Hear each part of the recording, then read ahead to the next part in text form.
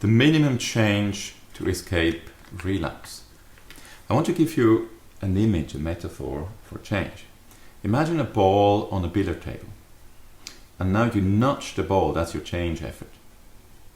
Now, when the ball is on the table, depending on the kind of nudge that you give it, if the nudge is hard, the ball goes fast and far. If the nudge is small, then the ball only goes a little. There is a correlation between your nudge and the kind of change that you provoke. But now imagine slightly different circumstances. The ball is now not on the table, it is in a plate, in a soup plate on the table. Now, if you give it only a series of little nudges, at the end of each nudge, the ball will come back into the soup plate, into the center. So all your efforts of changing it will not have any results unless you give it so hard a nudge that it jumps over the edge of the soup plate.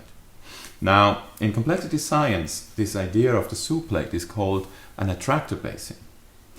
We have that in a lot of cases when it comes to culture, to habits. We have it also when it comes to, obstacles like not enough money or regulations, or your shop is at the wrong place and customers simply don't pass there. So at that kind of condition creates this soup plate, creates a situation where certain ways in which the system behaves will remain the same although you try to change them with little nudges. So the idea of this oblique strategy is to invite you to look out for these attractor basins, for these soup plates, and to find out what is it that keeps this system stable against efforts to change it, and how much effort is actually necessary to go over the edge of the soup plate. And by the way, usually, or in most cases, I would say, when you go over the edge of the soup plate, watch out for disturbances, watch out for side effects, for unwanted consequences, because you're destabilizing the system. Now, an example I had once was a customer who asked me to come in and do an analysis of their culture and to propose things to change the culture. And from the very beginning, before I started, I said, well, how ready are you to touch very big things, serious things, when you find out that these are the ones that are standing in the way of change of culture? And the CEO said to me, oh yes, of course, I'm very serious about this, so I'm ready to touch these things.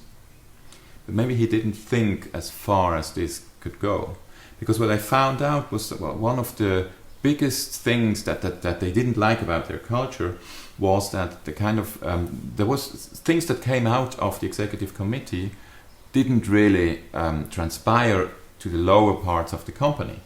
There was a kind of a barrier there. And you had a hyperactive executive committee, but not much of what they said and what they intended and what they started was actually done and carried to the result. And when I presented them with that situation, I said, we have to do a workshop now when you work about, what is it exactly and what do we need to change and so on. And the CEO said, well, first just have a little presentation and then we can decide. I had the presentation.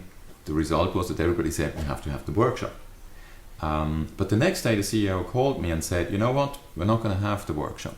Because I realized the main reason why this phenomenon is happening is because we have a way too large executive committee, because we come out of a merger of two companies and for political reasons we didn't make the executive committee smaller, and I don't want to touch that subject at the moment. So everything was for nothing.